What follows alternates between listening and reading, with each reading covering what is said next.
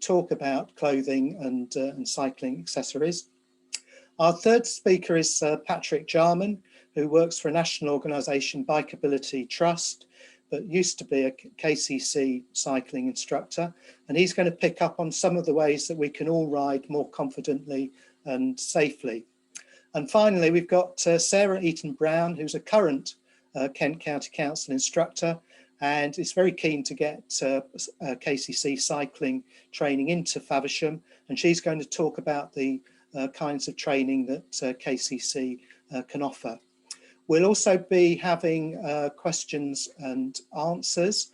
At the bottom of your screen, you should see a question and answer button, and if you press on that, you can write in with a question, and that's open from now. We're going to have the presentations, but then we'll move on to the questions. You should also open the chat if you haven't opened that already, because we're very keen to hear from members of the audience if they've got tips or information that they think are worth sharing. So before we start, we're going to ask you to do a little poll, really, just to tell us a bit more about your current experience of cycling, and that will hopefully help the speakers give the kind of pitch their talks to the audience. So if I can ask you to quickly click on the survey, and once people have had a chance to do that, we'll move on to the first presentation from Adrian.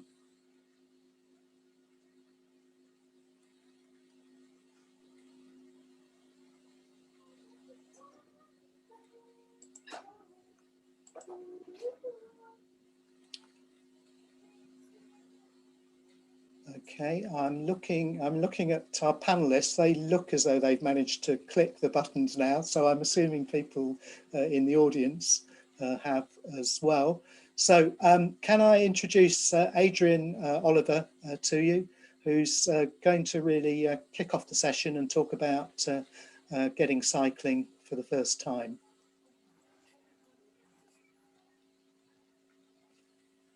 Good evening, everybody. Thank you, Julian. And yes, I'm here to talk about barriers to cycling and to kickstart this evening's webinar on Get Cycling. And congratulations, you know, the first barrier is down. You're thinking about cycling, and let's now think about the right sort of bike.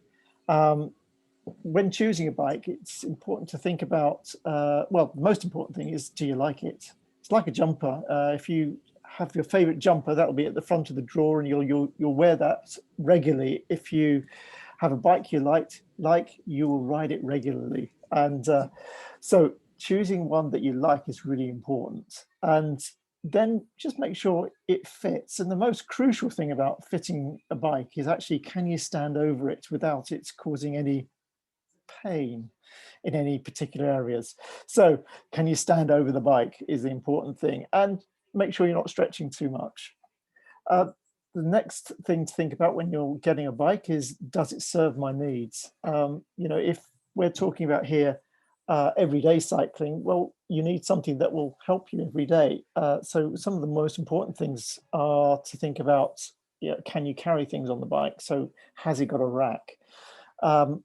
And it doesn't need enormous amounts of gears. We're a bit hilly in Faversham, but you don't need 21, 27 gears. You probably need 5, 6, 7, or even 8 gears. That'll be enough.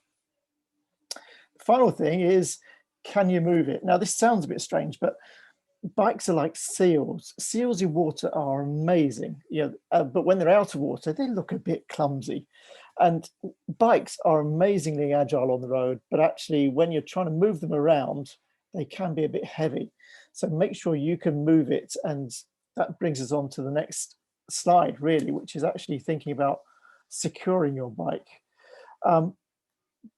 There's a hierarchy of storing your bike.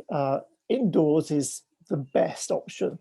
The next best option is in a shed or a garage that's locked.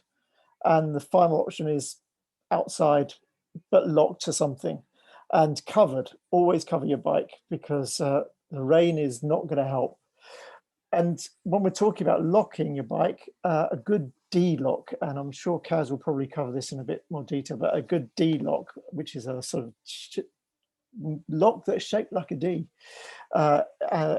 is absolutely the best sort of lock. But locks, again, have a hierarchy. They are gold, silver, or bronze rated. Gold and silver are definitely worth investing in. So, and that's the final thing, is if you've got a lock, you should have a lock. Always lock your bike. Even if you only think you're popping into a shop for a couple of minutes, always lock it. It takes seconds for a bike to disappear. The next important thing about getting riding is to get to know your bike. And this is something familiar with all cycle trainers and everybody who's ever done cycle training: air, brake, and chains. ABC. Simple thing to remember. Air is what's in your tires, and your tire pressure should always be a nice hard tire, because that makes life so much easier for cycling. And the tire pressure is helpfully written on the side of your tire, so you'll always know, as long as you've got a pump that tells you how much pressure is in your tire, you'll always have the tire at the right pressure. Brakes, they should work. Both the front and the back brake, always test them separately, and they shouldn't squeal. And finally, your chain, keep it clean, keep it rust free, keep it oiled, and then it will always work. There's some useful videos online from people like the London Cycle Campaign if you need more information on getting to know your bike. And you're not going to ride your bike if it's not comfortable, so get comfortable. First thing, your legs. Okay, so when you're on your saddle, you should be on tiptoes. No lower than that, really. And your bottom. There are all sorts of saddles, and people often complain about saddle pain, but there's saddles for all sorts of different bikes. Bikes that are for everyday use generally are a more sitting up position, so the saddle is slightly wider, but not too wide. The gap between your legs is quite narrow. And make sure that saddle's in good condition. And there's male and female versions of saddles. Hands, relaxed hands. Fingers covering brakes, and don't grip, because that'll hurt your fingers, hurt your hands. And wear gloves. I wear gloves most of the year round. And that comes on to clothes. Basically, wear what you like. There is really no uniform for cycling. Wear what you like, wear what you're comfortable in, but just make sure it's not going to catch in chains or pedals or wheels. And finally, gears. Gears are there to make you comfortable. Learn how to use gears, because they make life so much nicer. And finally, get confident. Okay, find a bike buddy. Find someone you can ride with, someone who will help you and encourage you, and you can encourage them. Look around. Okay, so when you're riding, it's not a horse race. You're not doing this. Look around. Make eye contact with people behind you and in front of you, and smile. You're on a bike, enjoy it. I use quiet roads, even though I've been cycling for longer than I can actually remember. I still use quiet roads because it's nice and pleasant. Busy roads, not so pleasant to ride on. And my final thing about getting confident, and my final message is, get a cycle lesson. Everybody I know who's ever had a cycling lesson has always found it enlightening and empowering. So get riding. Thank you, Adrian. That was a really good introduction to the evening's session. I'm going to pass on to Kaz now, who's going to talk a bit more about, I think, what we should be wearing, or what we might want to wear when we go cycling. Cool, thanks, Julian. Yeah, I mean, firstly, I agree 100% with Adrian that in terms of clothes, and this has always been one of my big things, you shouldn't have to wear a cycling uniform. You shouldn't have to wear a different outfit to cycle in if you want to cycle to work, to the shops, day to day.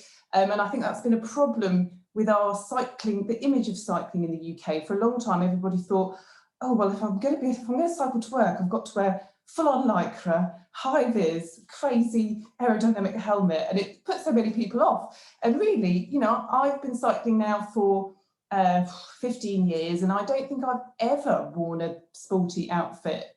Of course, if you are going out road cycling and you're, you know, really, really sweating and working out, of course, it's a different type of cycling. But if you are just cycling day to day, you can wear your ordinary clothes. And it's just, again, totally agree with Adrian, it's about feeling comfortable. And I always say, whenever you're trying something on and you think, am I going to cycle in this today? Just do a little, can I move my shoulders? Can I reach forward to the handlebars? And the same with your legs. Does that feel comfortable? I mean, most trousers will be comfortable as long as they have a little bit of give in them. And dresses and skirts can be great for cycling in, actually, because you've got lots of kind of ventilation of certain items. A PVC pencil skirt, perhaps, you know, not so comfortable to cycle in, but it's just common sense, isn't it? What feels comfortable to move in. And in terms of fabrics, breathable, natural fabrics are always best. Wool, cotton, denim, all these are breathable fabrics that allow you to hopefully you won't sweat too much if you're just cycling at a leisurely pace, but just allow your body to breathe as you're cycling. So in terms of accessories, now Cycle Chic as a business, we started because we wanted to encourage more women to cycle, help women get over barriers, and again, really try and transform the image of cycling to excite women and invite women in and show them it can be stylish and you can, you know, look great and not look sporty. But we found that there was a lot of barriers that put women off, and the main one is safety, and I'm sure for men as well, but you know, our market particularly, we focus on women.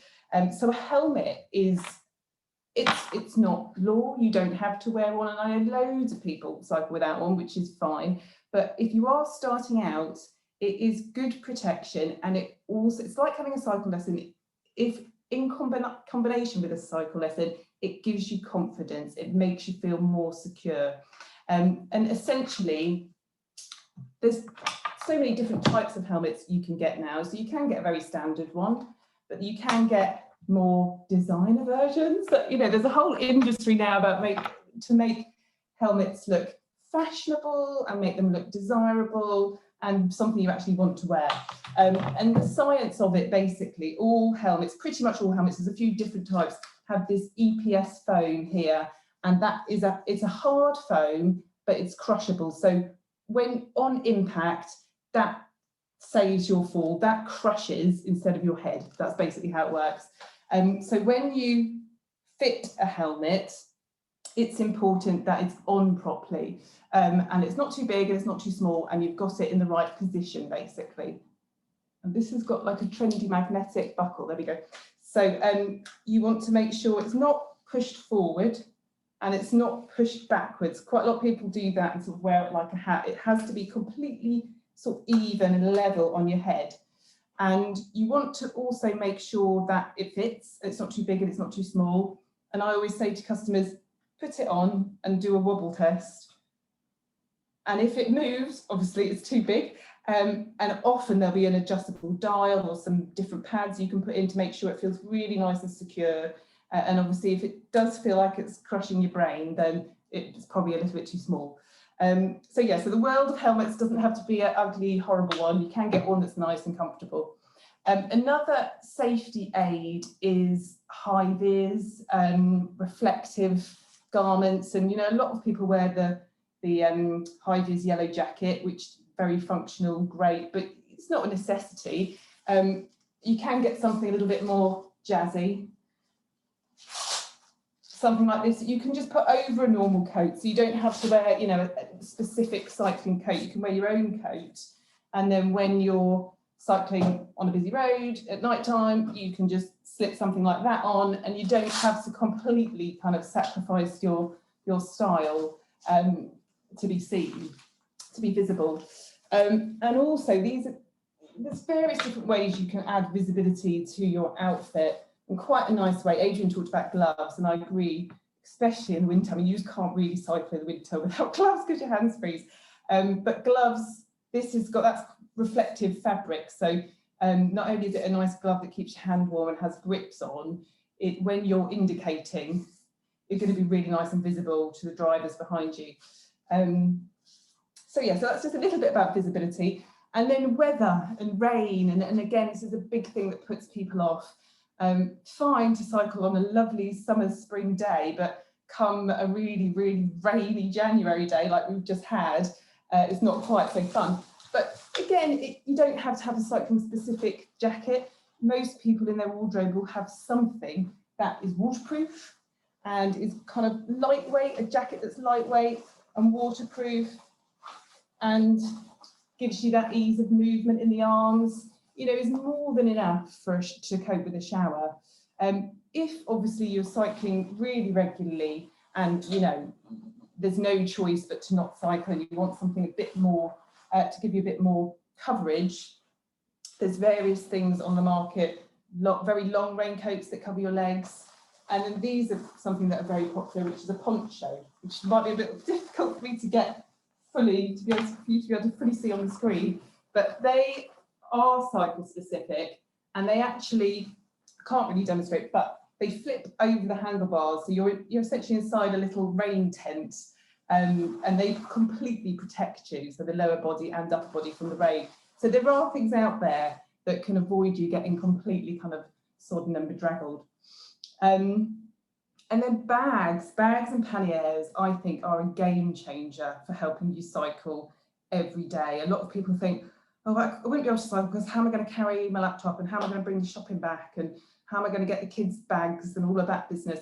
But if you get your bike set up to carry stuff, you can carry a lot more than you can just walking. So we sell a lot of panniers, bags, and this is another area that's really come on in recent years. You can have really nice handbag, good sized bags, sturdy bags that look really nice and have padded laptop compartments, and they can be hooked onto your rack in a second. So it's super easy. My bike is here, I don't think you can see it. You can just literally hook them onto the rear rack at the back, and then you're ready to go and carry everything that you need and more. And a basket also is another really functional way to carry things. My bike here that you can see in the background, I've got a child seat on the back at the moment, which means I can't use my rear rack, which is really annoying because I can't carry stuff whilst I've got the little one on. But what I've got instead is a massive, you can't really see it, but I've got a massive wire basket, which is just so useful for throwing things in and means that I can carry things easily and have my daughter on the back at the same time. So, so they're just a few of the kind of key accessories. The lock, again, Adrian talked about. A lot of these accessories they're not 100% necessary. They might be useful and helpful, but a lock, I think, is one of the big ones that really, if you're going to cycle anywhere and get off your bike, obviously it needs to be secured.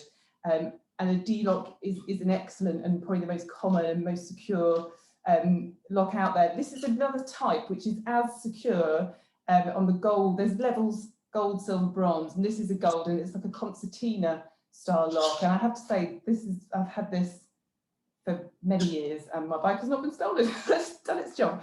So I think lights is also the other thing that you have to have on your bike, and some bikes will come with lights, but if not, you just need a white light on the front and a red light on the rear to make sure that obviously you are really visible to traffic when night cycling, which is so important.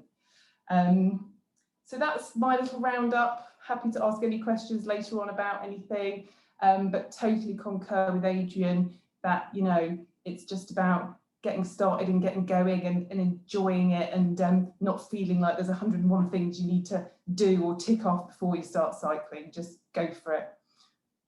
Thanks. Okay, thank you, Kaz. That was fantastic. It was very visual and also very energetic, I think, presentation for us. So we're going to move on to Patrick now, who's going to talk a bit about cycling and cycling safely and being on the road. Okay, thanks, Julian. I'm trying to share my screen. Hopefully everyone can see that now. Yeah, we've got Take that, yeah. Adrian, Patrick. Julian, yep, you can see that.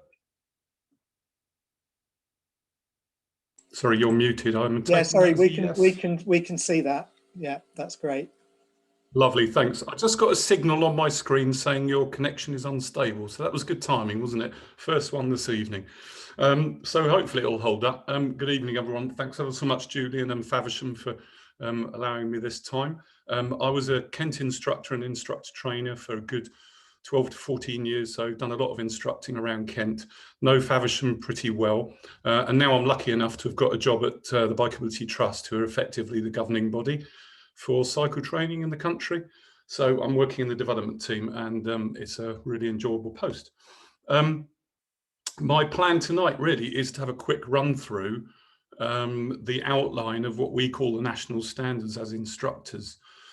So I've got a couple of slides that I want to talk through, and then I've got videos that I want to talk about the strategies so that we can use when we're on the road.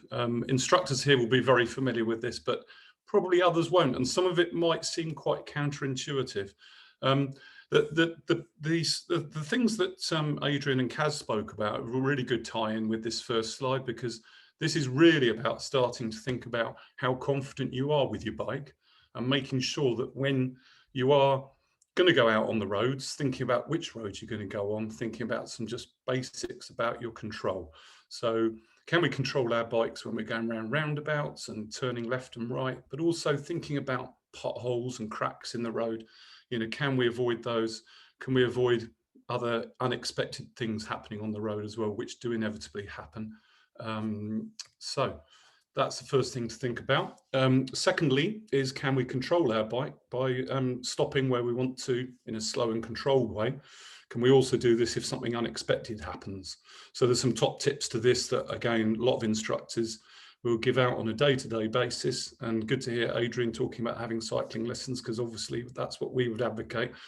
But for stopping unexpectedly, make sure your bum's on the saddle, your legs, your arms are out straight, and you've got both brakes available to you. So the point that I'm going to pick up on that Adrian said, which was great tie-in with this, is having your fingers over your brakes when you're cycling, because not only can you stop quicker, but also you're much more relaxed. So you haven't got that white knuckle ride, slightly less confident and new to the road. So that's a really good point that now we've made twice. So another one is gears. So if you've got gears on your bike, which you won't necessarily, but if you've got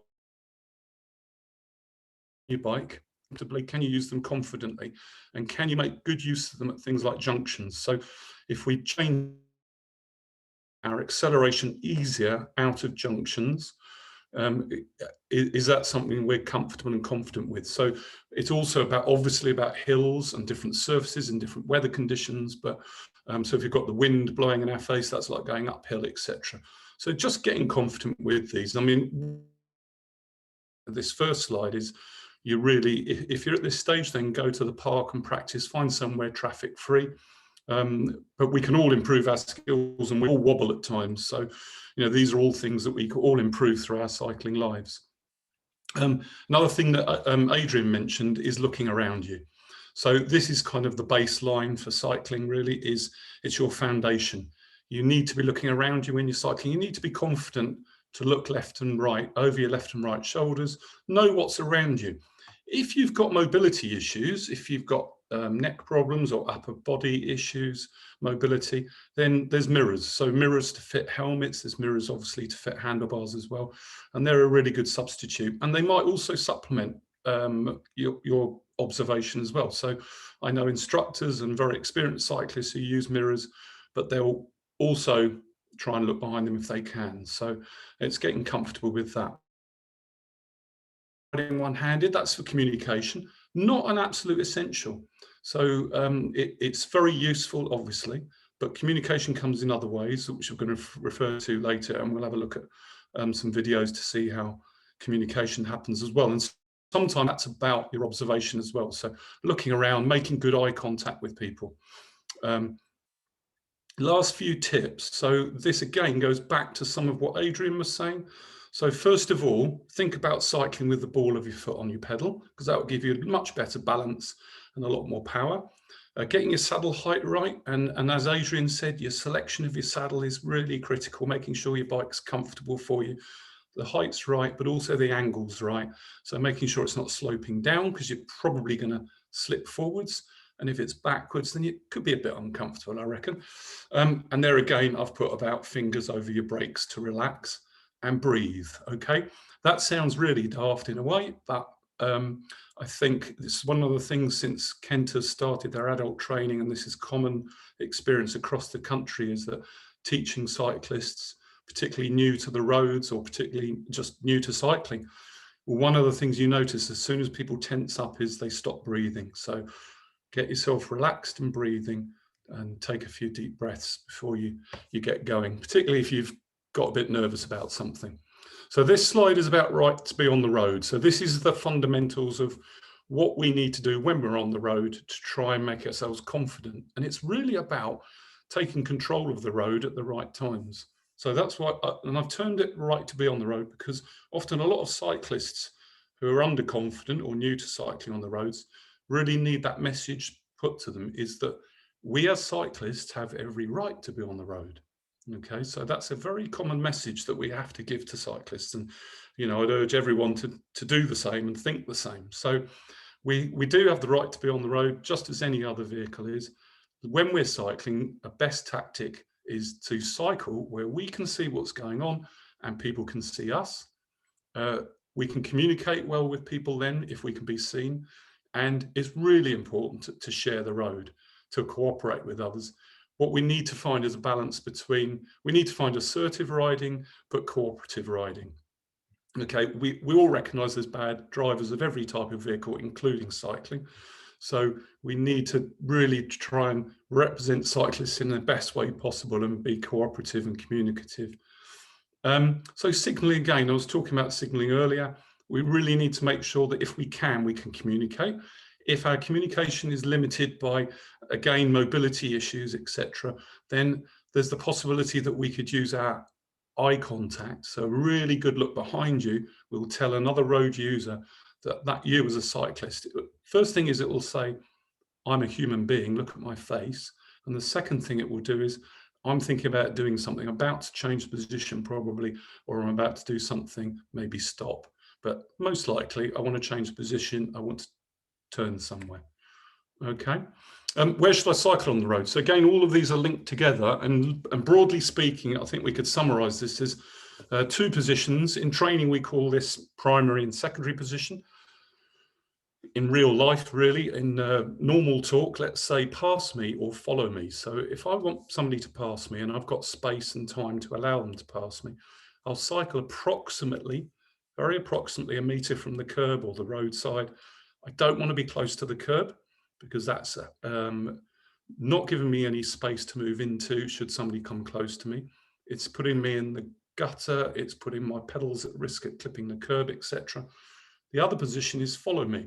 We're going to see examples of this on the videos that I've got soon. So the other position is follow me. This is where we want to dominate the road position. We want to tell people behind us, stay behind me, because I'm at a junction, or the road's narrow, or you can't see around the corner in front of me. So it'd be just dangerous for you to overtake me.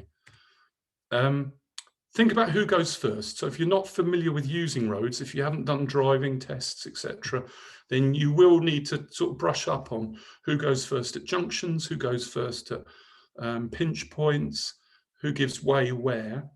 The essence really is to say that the rules are the same for everybody. So it's regardless of what size the vehicle is or what speed the vehicle is, the rules same apply. So it doesn't matter if it's a bus or a lorry or a car or a cyclist. It's about the rules of the road in the highway code, essentially. Too much detail to go into there in a 10-minute slot. So ride more than a car door width away from parked cars. This is really about the Dutch reach, which you may have heard of, but it's really about car doors opening onto you. So again, I'm going to show you a video which illustrates this perfectly. And finally, and this is kind of just developing your own philosophy of cycling and the confidence to think I've got the right to be on the road, is try and develop decisive riding skills on the road. try and be assertive and realize that you've got the right to be there as anybody else, and you holding people up for a few seconds isn't going to make a big difference. If you come across drivers that are being aggressive, best thing is probably just to stop if you have to. But the majority and growing numbers of drivers cycle now and appreciate cycling and do give you the time and space. Obviously, we get the odd one or two that don't. Planning ahead is essential for any kind of road craft, and including cyclists. So scanning the road ahead, looking at the surface, looking at what's going on ahead of you, pedestrian behaviour, etc. And again, the foundation is really great observation and having a picture in your mind as to what's around you. Okay, so first video. I've got to be very careful with the controls of this because it's quite sensitive, but this is the first video. So this is quite a quiet road. We've got a cyclist going to appear, hopefully. Okay, so the cyclist has had a look behind them. They've just changed position and they've moved to the middle of the road to keep the driver behind them. They're looking left and right past the crossroads and then coming past this parked car. They're really quite wide out, aren't they? So if that car door was to open on them, they'd be well away from it. So just thinking about that. The Dutch reach I'll come back to at the end, or at least I'll have a link at the end to. That was a campaign by Cycling UK that's ongoing. Just play this video on. Okay, so they knew there was a car behind them, so they are signalling to say that they're turning left. They're coming to a giveaway junction. They're just checking, slowed down, controlled their speed, and then didn't need to stop, so they carried on. So it was about observation, communication, road position to keep the driver behind them. Okay, and I've gone to the wrong one. So that's back at the beginning of it. There we go. There's the next one. Very temperamental. Okay, so this is a slightly busier road, same cyclist, coming down a fairly main road. And let's see what happens. Let's see what the cyclist does at a couple of points. So they just look behind them, hopefully you spotted that, and they've moved to that dominant position. And so the vehicles can't overtake, but they're away from the junctions, so they can't. So just here, if they'd been close here, if you can see my cursor, if they'd been close here to the junction, anybody that overrides this or comes out without looking, it's going to be very close to the cyclist. It's actually illegal to overtake on a junction anyway. So the cyclist is actually just maintaining the law and stopping this red car overtaking, but it's claiming the space to make them nice and visible, keeping control of everything. And let's see what happens when they go past. They're going to have a look over their left shoulder and move back in. Okay, so I've just stopped it there. Hopefully you can see this. Driver just got out of their vehicle. So there, if the cyclist has been any further on, whether they looked or not, I don't know. And this cyclist, if they'd been further on, quite possibly could have had a bit of a problem with that car door opening. And look how much room the driver is giving them. Excellent amount of space. So I'm going to move this on now, and you can see how much space. So the driver can see the cyclist before they move back in. So that's again something as drivers we can all be aware of. Okay, this is another scene. So from the right here, a cyclist will appear on the main road coming through, straight through on the main road, and another one will appear from this side road. And we'll just pick up on a couple of bits that we can observe from that. Again, their position in the road is out. So on the main road, out in follow me position, straight through with good observation. And here, the cyclist coming up to the junction is in, again, primary position or follow me. So one person through a junction at a time means that the cyclist can see really clearly both ways. They're not having their view blocked by another vehicle next to them, and everybody can see the cyclist as well. Cyclists also got their foot up in a really good position, so power position, so they can get some good acceleration. Hopefully also they're in a good gear so they can get some good acceleration as well. Okay, so this is more of a rural road scene. And we'll see a cyclist coming down to this junction. Again, primary position. Red car following. had a good look before they came out. Oh, sorry, my thoughts. I knew that would happen at least once. I'm going to try and stop it at a particular point that I want you to see it at. I'm hoping you can. There we go. So again, really good distance out from the parked cars. And I'm going to roll it on fairly quickly. Just check for the left shoulder check here. Before the cyclist moves in, they do a left shoulder check. So that's really what we teach, to look out for other cyclists that might be bombing along and sneaking up through the insides. So through the left side of a fellow cyclist. They shouldn't be doing that, but it can happen. So that left shoulder check is really useful. I'm going to let it run through because the end of this clip is really useful to see.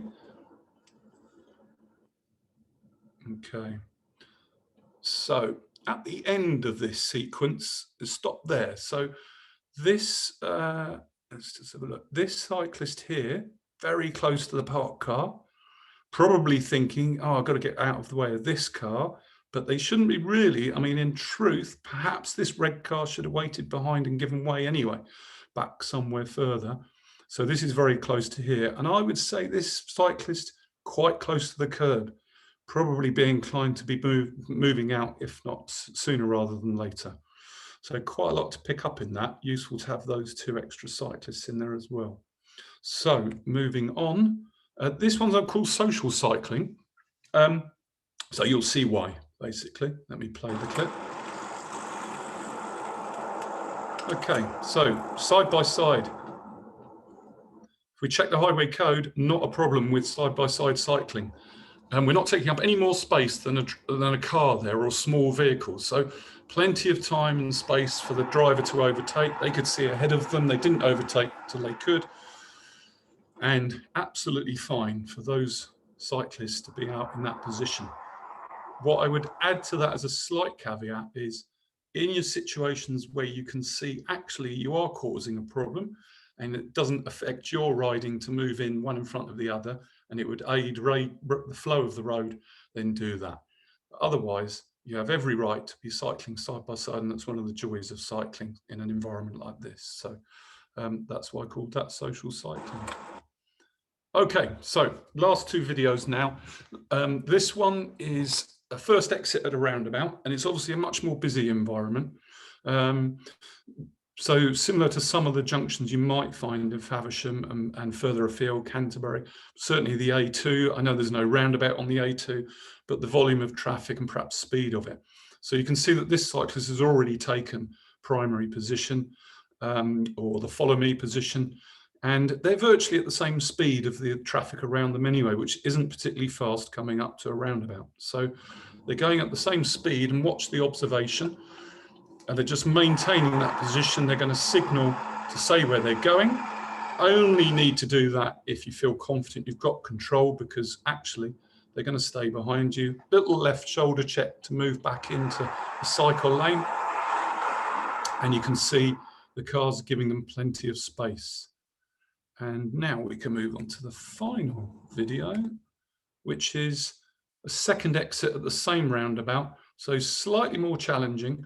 So this rider has got a little bit more speed about them. They're a bit further back approaching the roundabout. And we've got to look at the right shoulder checks primarily here. But again, it's about road position communication. So you're going to see a little signal there, moves out with space. They'd had a really good look. So again, the observation was critical there. The road position says, I'm in control here. You can stay behind me. We're coming up to a roundabout. The lights are changing. You can see that the riders held back from the van. They're giving plenty of space for themselves, creating space around them. A couple of left shoulder checks to see what's going on because they want to move back in. They haven't signaled. They've used their observation and their road position to communicate. So again there, they actually didn't need to signal to turn off, because it was about their road position, their observation, and taking control of the road. So that's the videos I've got. I've got one more video, which is one I love, and this I've called The Power of the Bicycle. This was shared with us by a colleague a few months back, and I remembered it, or I couldn't forget it. So I'll just play this for you for your own enjoyment. The power of the bicycle. If you count, you can see actually 10 on the bike, which is just phenomenal. And a beautiful video. And the looks on the kids' faces is just fantastic, as if to say, why are you videos? This is normal, and I do this every day, probably going to school or wherever. So I'll let that run through.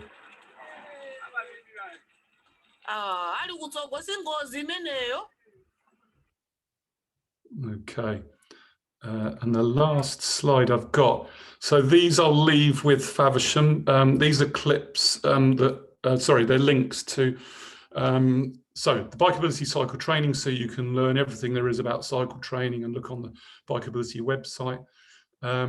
British Cycling done some really good videos that would complement what I've just talked through in 10 minutes, but you can look at them in your own time. So there's one on how to negotiate simple junctions, and there's one about road positions, which obviously I've been talking about. This one, Love to Ride, great organisation, promoting cycling across the UK in many different ways. This is a webinar, and this is a webinar between two instructors, and it's an hour long, talking about what I've been talking about. So it delves into much more depth and some really good chat and discussion about things there. And the final one is the Dutch Reach, which I referred to a couple of times.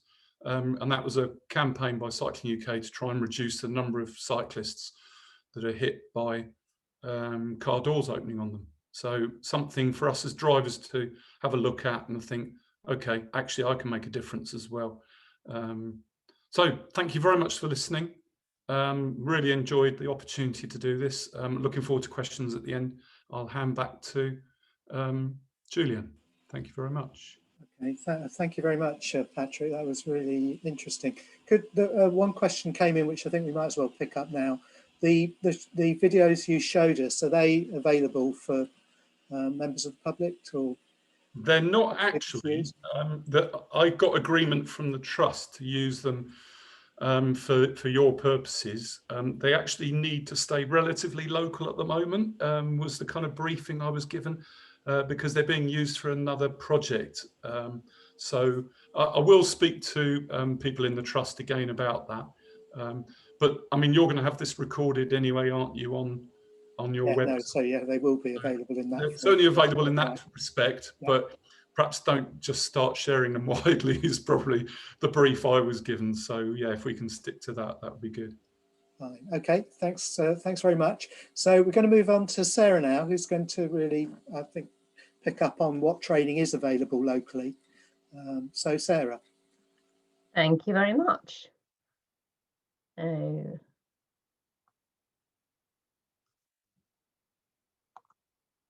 Okay, so can you see that, my sharing? Has that come on? Yeah, that's come on, brilliant. Sarah, that's good. Okay, well, thank you very much for allowing me to be part of this evening's discussion. I'm not a Faversham person, but I do love your town. I do like being there, very much enjoy the Hop Festival, and like to bring my bike on the train and have a good old cycle round. So I have a smattering of knowledge of Faversham town. I've also been able to, as an instructor, work at your local secondary school at QE and delivering the level 3 training. So I know a little bit about how to cycle around Faversham. So the Town Council have invited KCC to a partnership with them, and hopefully we can get some adult training happening within Faversham for people who maybe haven't been on a bike for a long time, or have never learned to ride for various reasons. People don't have the opportunity to be on a bike when they're younger, and they get to a certain age and they think, oh, I'm never going to learn to cycle. Well, let me assure you, I've met some absolutely wonderful people who have learnt to ride their bike in their latter years. Let's say that they've got into retirement and they still not learnt to ride a bike, and KCC have taken them on a journey and got them on their bikes. And no, they're not going to compete in the Tour de France, but they're certainly going to be able to cycle to their local shops and out into the countryside and enjoy themselves on a bike. So it's a good time to be getting back on the bike at the moment. The roads aren't quite as busy. I don't think this lockdown is quite as quiet as the first one, but certainly having been out on my bike on nice days, it's been fairly busy on the coastal routes, but it's a good time to be getting on your bike. The weather's better and longer days to encourage us to get out and about. So I've put a link up here to TfL, which is the London transport link, and we're quite away from London, but the information in it is generic, and it's something that is really useful, and it will go through how to set up your bike. So I think all of us have touched on the ABCD check and about setting your bike up correctly, and there's some great videos here, and there's a little bit of a course that you can put yourself through, and it will give you a voucher at the end of it for a discount at one of the bike shops, I think Halfords. So it's worth looking at that.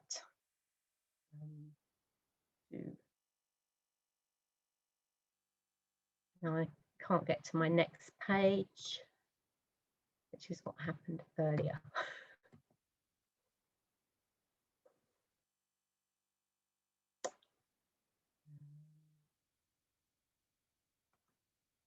Sorry, I can't get onto my next page. Louise, are you able to share my next page? Just bear with me a moment then.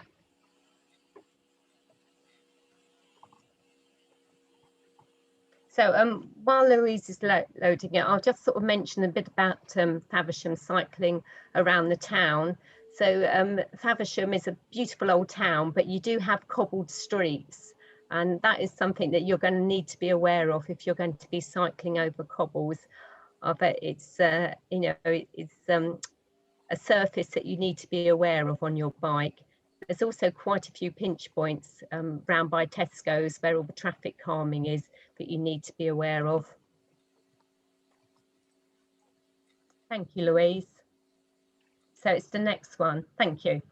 So going back to the adult cycle training, so KCC can help you to get onto your bike. So if you want to learn to ride or need more confidence and you wish to learn in a safe off-road location at your own pace, then it's a course for you. We're hoping with the town council that we can run it from the centre of town, and hopefully there'll be a car park that's available that we can have for use of just the cyclists, and we can get you going. So Adrian spoke earlier about saddle height, and that's something that's adjustable. And when you start off your riding, you may have your cycle saddle a lot lower than you will do eventually, and that will really help you to get some control of your bike. And we've also got a variety of bikes that you can borrow from KCC before you even go out and buy a bike. So you can try a fold-up bike, you can try a step-through bike. We're also hoping to have some e-bikes that will be available for you to have a go on to see how you get on with them before you commit to going out and buying your own bike. Different people learn at different pace. So maybe you'll have one lesson and you'll crack it and you'll be off straight away, which would be fabulous. But you don't need to give yourself a hard time if you need 3, 4, even 5 lessons. I mean, we have some people that came for like 2 or 3 months, just every other week to have a go, and went off and then had some time on their own to practice before they actually decided that they felt confident enough to buy their own bike and go out. So that's fine. You can come along and hire a bike, and you get an instructor with you to encourage you and to show you all the tips to get you cycling. If I could have the next slide, please.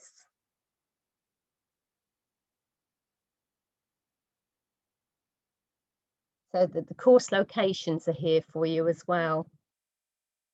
So there's confident road cycling. So if you've got a bike and it's been in the shed and you used to ride it and you think, oh, you know, I might get it out the shed and I'm going to have a ride around the town, then maybe you just need a little bit more confidence and also a little bit more understanding of junctions.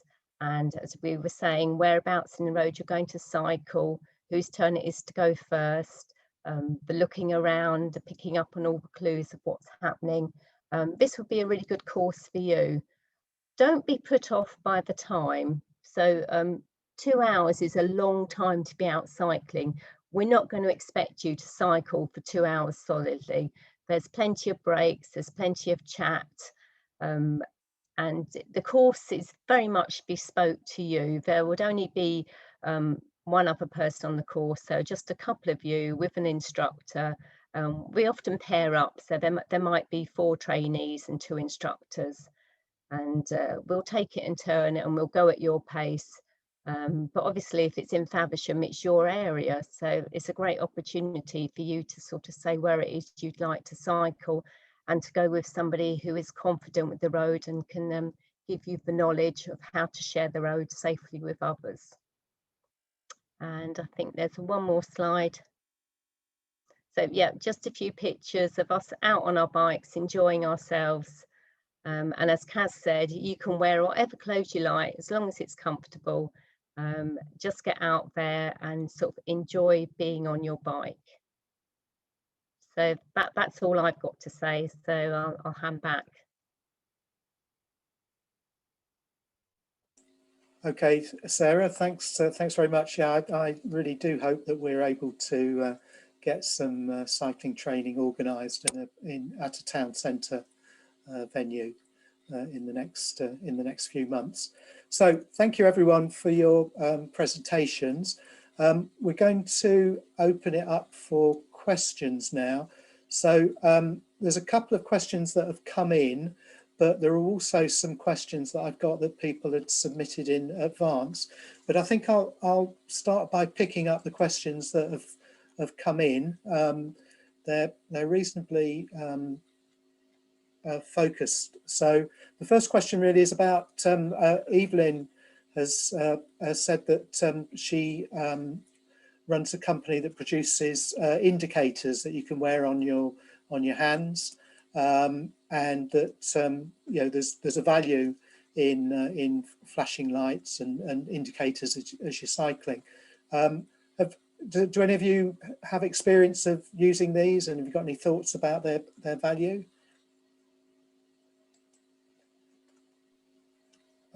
Kaz, would you like to chip in? Oh, sorry, Adrian, you're. I think Evelyn's product is quite unique, and it's not something that actually is on the market, well, that I've been able to use yet. So, but Kaz might know better. Yeah, I think, you know, anything that gives us more visibility to traffic is always good. And I think, you know, by having the usual visibility aids, you're saying, I'm here, making sure traffic can see you, but something that also shows indication could be really useful. And it's not something that we currently sell, but, you know, always looking for new products that are out there that will improve safety for cyclists. So, you know, I think these things are always worth exploring. And as the accessory market develops, there's more and more interesting products that come out there, which can only be really good if it's going to help people and get more people cycling. Okay, thank you.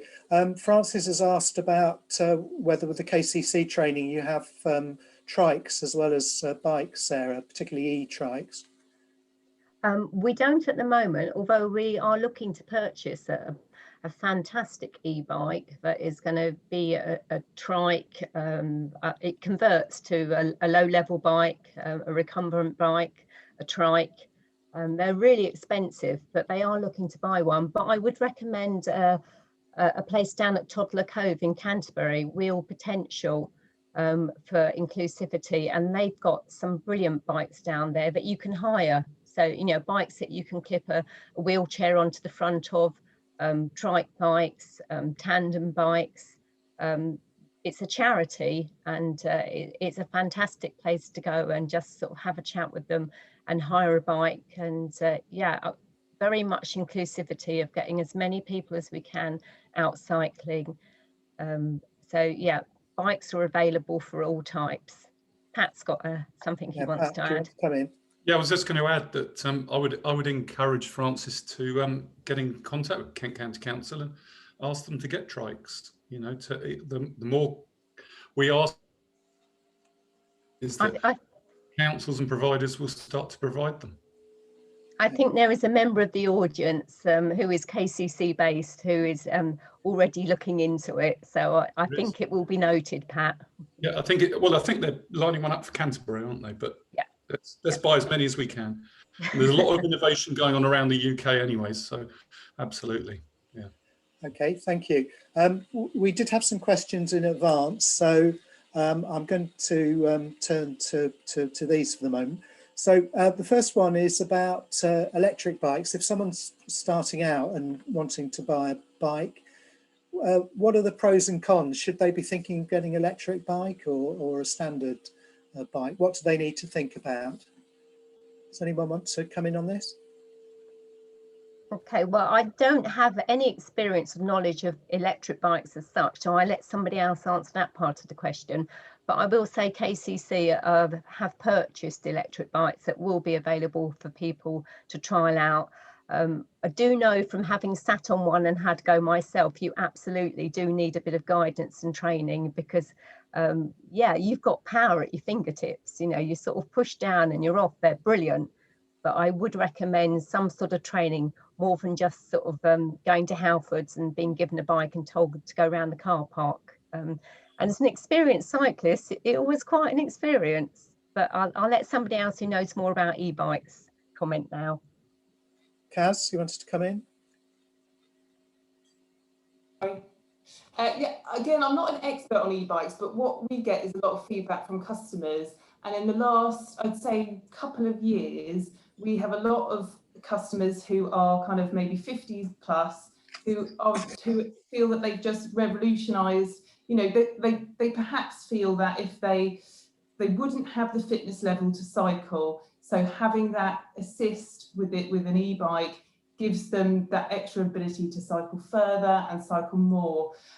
So I think it can be a really, really good option if you're worried about fitness levels or worried about stability on a bike, to go with an e-bike. I totally agree that some training is probably, or practicing in a park is a good idea, because also I had a test ride on one and was amazed by how fast they can go. So, you know, it's definitely a really, really, really good thing, but perhaps to be definitely tested out before you get going down the A2.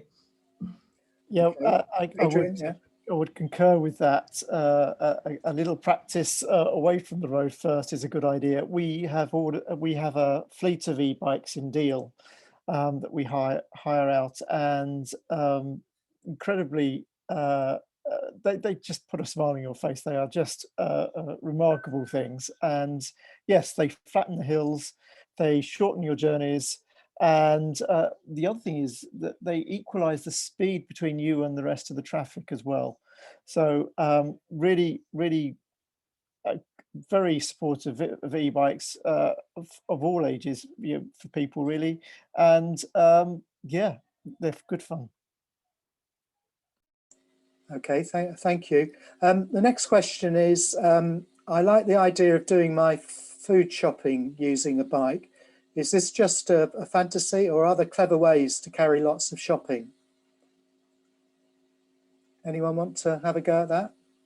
Patrick? I do my shopping on my bike. Oh, right, Adrian. Well, Adrian. okay. I'll let you come in a minute, Adrian, then. So I don't know if you spotted it on one of my slides. The cargo bike revolution is, you know, really taking off now. It's obviously being used for deliveries, so last mile deliveries a lot across, you know, cities across the UK. But they're massive application for taking kids to school, for doing your shopping with. On the second slide, I think it was, I had a picture of a woman cycling with 2 kids in the front. Loads of room for shopping as well as your kids. Yeah, absolutely.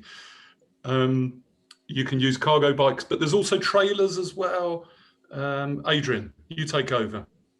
Oh, well, now, when I had 4 teenagers in the house, I did need a trailer to feed all of those for my weekly shop.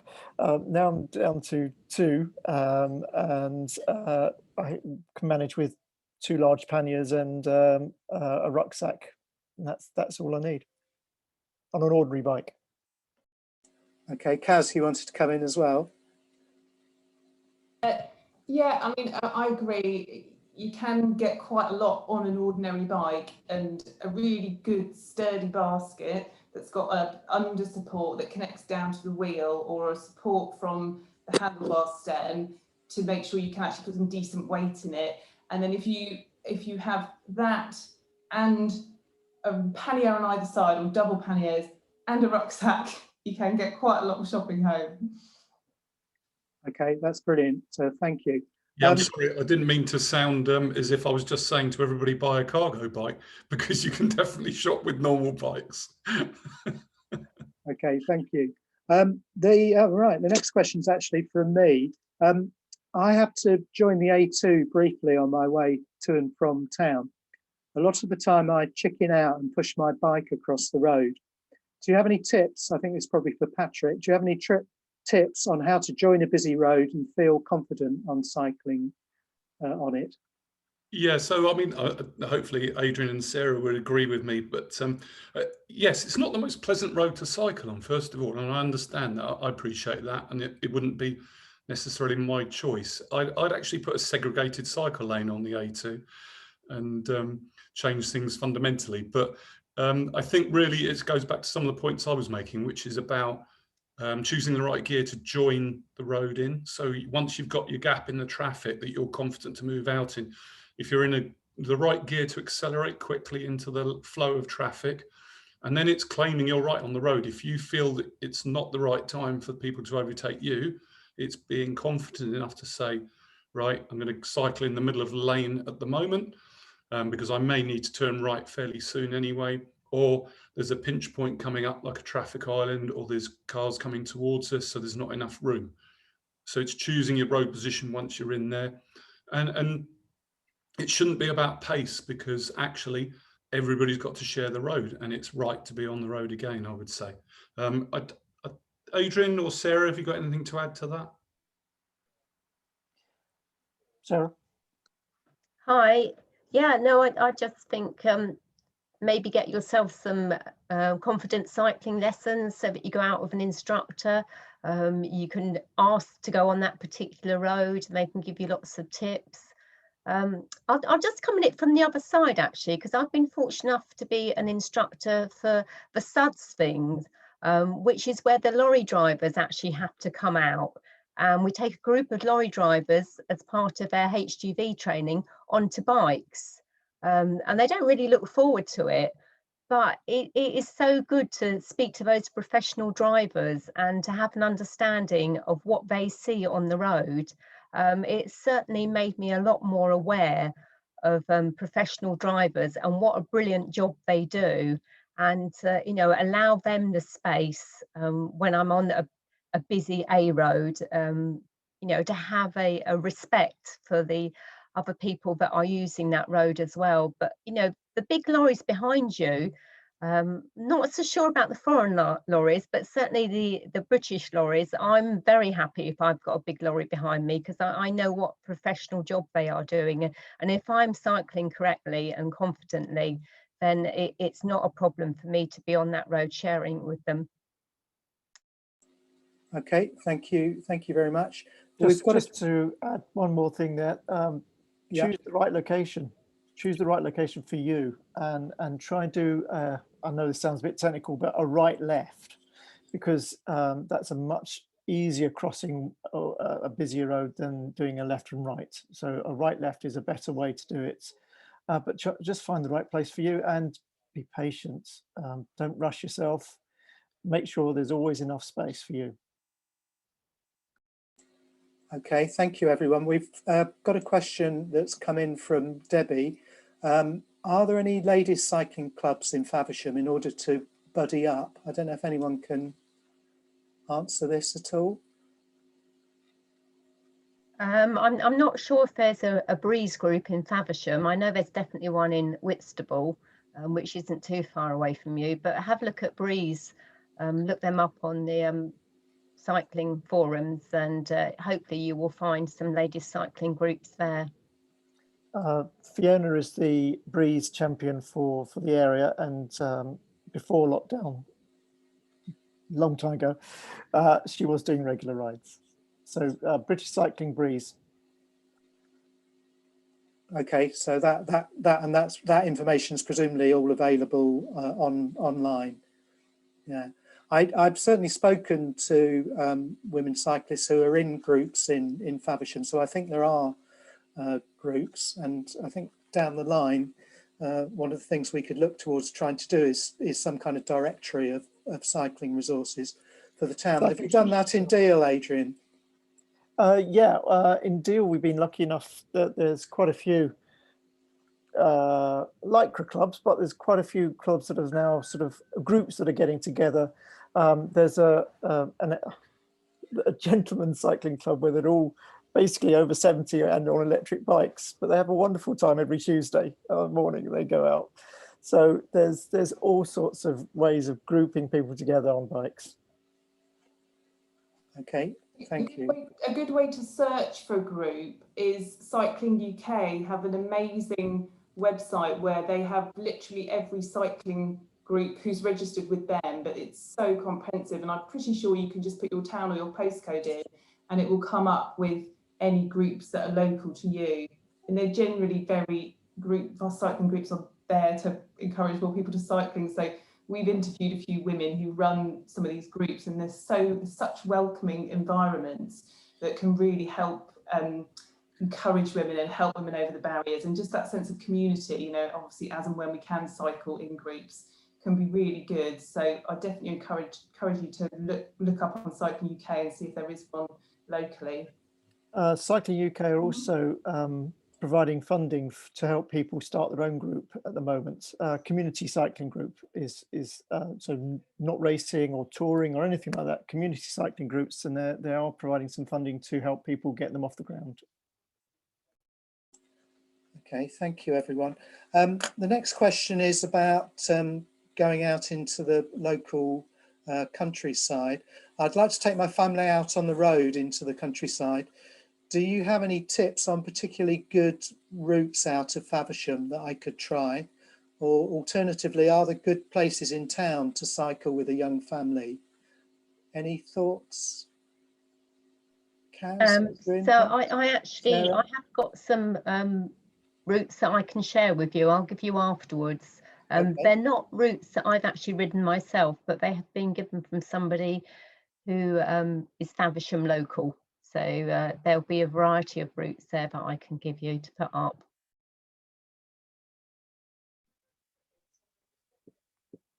There's some nice. Sorry, anyone else want to come in on this topic? Sorry, I'd muted myself.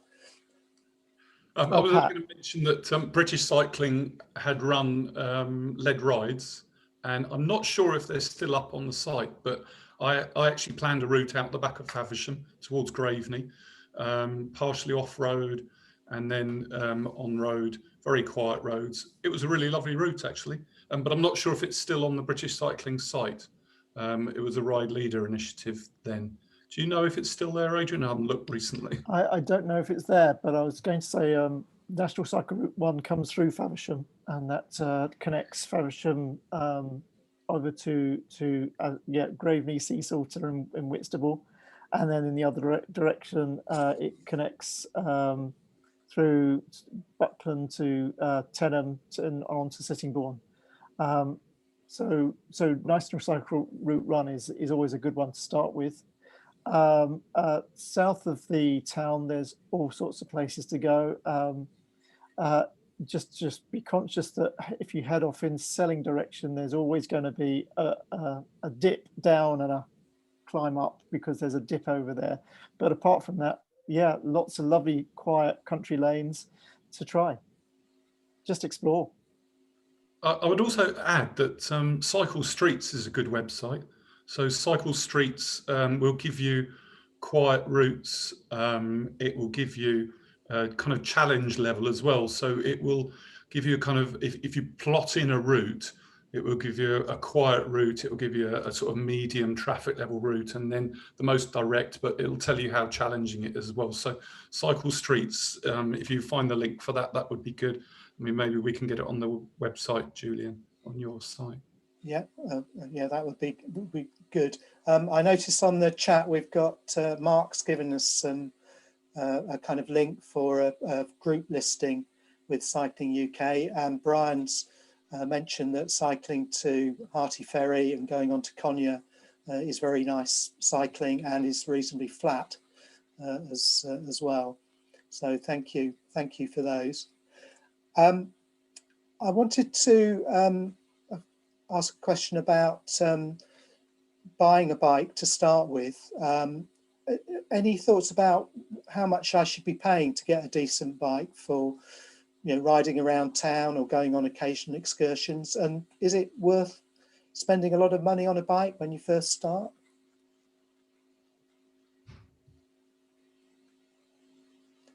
Kaz is going to have a go at that one. Thank you. I mean, obviously you can spend loads of money on a bike if you want to, but it's not necessary. Now, when I first started cycling as an adult, I was in my early 20s, and I didn't have loads of disposable income to buy an expensive bike, and I got a second-hand bike for 80 quid. And I remember it so clearly. It was a gorgeous kind of slightly vintage bike. And it was just affordable, and it lasted years, and you don't need to spend lots of money to get started. I know that the Bike Warehouse often has some really good second-hand bikes lined up out there, and so I think, yes, you can spend money, but you can start off cheap, second-hand, eBay, car boot sales to get yourself something to get going, and then you can move up to kind of the £200, £300 bracket and get a decent kind of utility town bike. So yeah, obviously electric bikes are coming into a much higher budget, but you don't have to spend a lot to get started. I definitely concur with that. I also, definitely recommend buying good secondhand rather than cheap new every time. It's so much better to go with secondhand when you're on a budget and getting started. And as you grow, then you'll find the sort of bike you want. Okay, thank you. Anyone else want to? Just to promote a good scheme in Ashford, and I know it's a little bit of a trip, but Cycle Recycle, they do periodic sales of secondhand bikes. They repair them. It's a really good scheme, so that's worth looking up as well. Yeah, and I agree with Kaz and Adrian overall. Okay, thank you. I've got a question about, which I suppose is about one of when you start cycling, one of the things you can be slightly anxious about, getting a puncture. Could you say, I mean, how often do people get punctures? If you get a puncture, is it easy to sort out? And someone was asking me this afternoon, the Bike Warehouse, which is our bike shop, is very busy now with repairs. Are there other places that, if you don't feel confident to deal with a puncture, that you could actually go, that anyone knows? Go on, Adrian. Go on, Adrian. Go on. Good tyres. Don't. If you can afford good tyres, buy good tyres. Right. That is so important. There's no such thing as puncture proof. There's puncture resistant, but there's no such thing as puncture proof. So even with good tyres, you may, as I did in the autumn, get a puncture. But that was after heavy rains and there was flint in the road and I missed it and I got a puncture. Learn how to fix it yourself. Really do. There's loads of videos. There's loads of help. I'm sure friends and family will probably chip in as well. But learn how to fix it yourself. Puncture repair kits are also very affordable, and yeah, there's lots of hints and tips you'll find in the videos online. But yet, learn how to fix it yourself. And if you're worried about getting puncture when you're out and about, no harm in carrying a spare tube with a pump as well, and your your tools just to change that tire. Change your inner tube, should I say. Thank you. Anyone else want to come in on this? I've noticed someone in the chat there, Vicky, I think, said that she is a mobile mechanic. I think I got that right. But that's just another thing to add, that there are quite a lot of mobile mechanics now, which can work really well, because actually sometimes getting your bike to the bike shop is an effort, and then if the bike shop can't fit you in, you're stuck with a puncture for ages. So it's definitely worth looking at that option. And I have to say, I do know how to fix a puncture, but I don't like doing it. I'm really sorry, and I'd rather have someone else do it for me and save me trying to find the time to get everything out. I've lost this, I've lost that. So sometimes it is just quicker and easier to get someone to do it for you.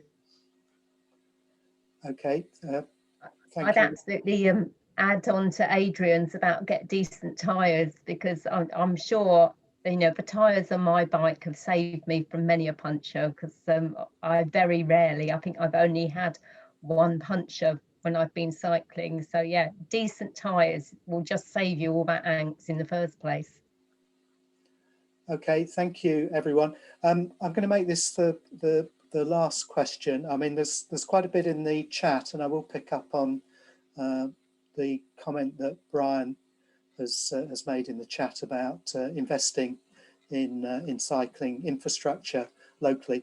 But the last question, which I think again is another question that people often have when they start cycling, about wearing a helmet. I mean, Kaz picked up on this a bit. Does anyone else have views about the pros and cons of wearing a helmet, and is this something that people, new cyclists should definitely do? I think Kaz got it right first. Yeah, earlier. I mean, Kaz said, you know, if you feel more comfortable wearing a cycling helmet, wear a cycle helmet, and if you don't want to, you don't have to. So it's, you know, entirely up to you. But if it's going to encourage you to ride, then wear a helmet. Okay, anyone else want to say anything more? I think Adrian's just said it really, and it's the opposite to that as well, which is that if it's going to discourage you to cycle, then, and you feel comfortable going out without a helmet, then do that as well. Just cycle and maybe choose the time to wear a helmet as well. That's what I do. Depends on the route I'm going on, the type of cycling I'm doing as to whether I wear a helmet. Fine. Okay, thank you. So I think that's probably the end of the questions we've got. There's been some very good contributions in the chat, and in fact contributions in the Q&A section as well. So I want to thank everyone, all our speakers, for their contributions this evening, and I just wanted to finish off by saying a bit about what the Town Council's doing in relation to cycling. I suppose there are two approaches to encouraging cycling in a town. One is to try and encourage separated cycle paths, and I think certainly where we've got new development around the town, we'll be trying to work with both Swale and Kent County Council to make sure that developers do put in separated cycle paths. But in the town itself, because we've got lots of narrow streets, at the centre of our approach is the 20-mile-an-hour scheme, and trying to make the town's streets safer so that more people feel confident to cycle on them. We've just kind of got confirmation from Swale that they're going to fund us developing a local cycling and walking infrastructure plan, which would be a detailed plan of the cycling improvements we would like to make, and that will allow us to then go to funders, developers, and argue that there should be investment in improvements in cycling infrastructure. So I think we are trying to move forward with it, but it's very much a process, and it's a partnership both between the Town Council, Swale, and Kent County Council. We have rather too many councils, I often think, in Kent, and we also need to get the developers who are building developments in town involved as well. So we are trying to make progress, but it's not as rapid as we would like. Final thing I want to say on behalf of the Town Council is we have the 20-mile-an-hour scheme. If you support it and you want to see it carry on and also improved with more the introduction of more measures to get greater compliance from motorists, please do respond to the KCC consultation. It runs for another month, and we need to see a positive result from that if we're going to be able to carry on and improve the scheme. So that's a final thought from me. Thank you everyone for coming along this evening. I really appreciate it, and thanks particularly to our speakers. Thank you everyone, and good night. Thank you. Thanks, Julian. Thank Thanks. Okay, yeah, bye. Good night, everyone. Good night all.